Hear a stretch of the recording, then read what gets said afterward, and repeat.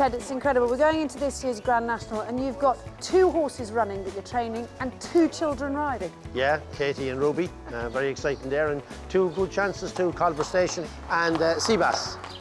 Papillon's your benchmark, obviously, because he's won it for you. Yeah. Which one of these 2 would have sort of bits of him, wouldn't they? Culver Station in type and maybe Seabass in personality. Exactly. Seabass is very like him in personality. A little bit spooky, sharp, watching everything. A real survivor. The other fella is probably a little bit braver, a bigger type. If he's the model of Pappy and Seabass, and the other fella has the mentality of him. And hopefully, if we can get it goes right for both of them on the day, you know. You're not only training them, of course you've got Katie riding, and you've already produced a national winner for 1 child. Do you think you can do it for another? Oh, wouldn't it be a dream come true? I mean, I wouldn't have thought 13 years ago when Papillon won the national with Ruby on board, first national for him and only national for yeah. And here's Katie now, 13 years later, in a similar sort of a situation. It would be wonderful. It's highly unlikely to happen because fairy tales don't happen, but she has a realistic chance. But as long as she comes back with the same smile on her face as she did last year, I'll be delighted. You know what I mean? Because she was delighted with what she did herself. She was delighted with the great ride, all horse Skever, and she was just a happy person, and so we were all. Other than winning, it was a great result. And if we could duplicate that, I'd be delighted.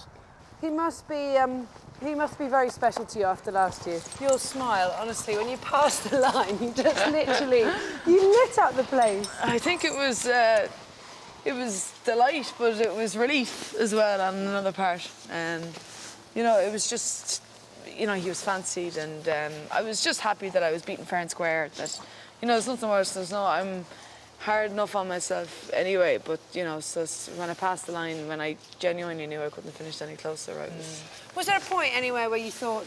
Oh, I thought when I turned in for a few strides, I thought that this might happen. Yeah. For a few strides. So what do you think, what this year could be different that should make him go 2 places better? Hoping. I don't know. Sure, you have to be hoping. I have to be realistic. He's 11.6 on his back. If I got the same spin I got last year, I'd be absolutely delighted. But, I mean, hopefully he's a year older, he's a year stronger. Hopefully he's a bit better. You know, he was rising up in the handicap all year last year. It was his first time to run off his now mark, which is 1:51, was in the Bobby Joe, and I feel he ran a cracker. Yeah. I feel that he'll improve from that run. Whether that's good enough, I don't know, but I'm hoping it might be. Now, of course, the obvious thing is the point of being a girl, and how much has that been part of all of this? I never thought when I pulled up last year, God, it was great to be third because I'm a girl. I thought it was just great to be third in the national. Yeah, do you know what I mean? That's like, I never pull up after winning any race or pull up after being placed in any race and go, God, it was great to be second for a girl, or just because it's the national. I know, obviously, it adds a lot onto it because I'm a girl, and it would be a fairy tale. Of course it would be. Like, we've all watched National Velvet and everything, and it's great that females can take on males in a professional level. It's the only sport that this happens. So I can see where everyone's coming from with that point, but you know, you have to be realistic. The only reason why I'm riding Seabass in National as well is because he's here. He's here in Kill, he's in the yard, and his dad's training him. I'm under no illusions that if he was in someone else's yard, I wouldn't be riding him, you know, but you know, that's the way it is. The opportunity has come up and luck's come my way, and it's just the way it is, and I'm gonna grab the opportunity and do the best I can with it, and that's what you have to do. Everyone involved with him is getting a great time out of him. And the same with Culver Station.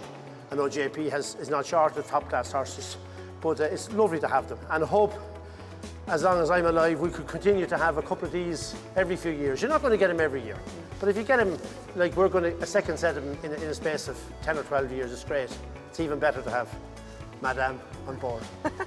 Madame. Here we go. It's not too often I get called Madame.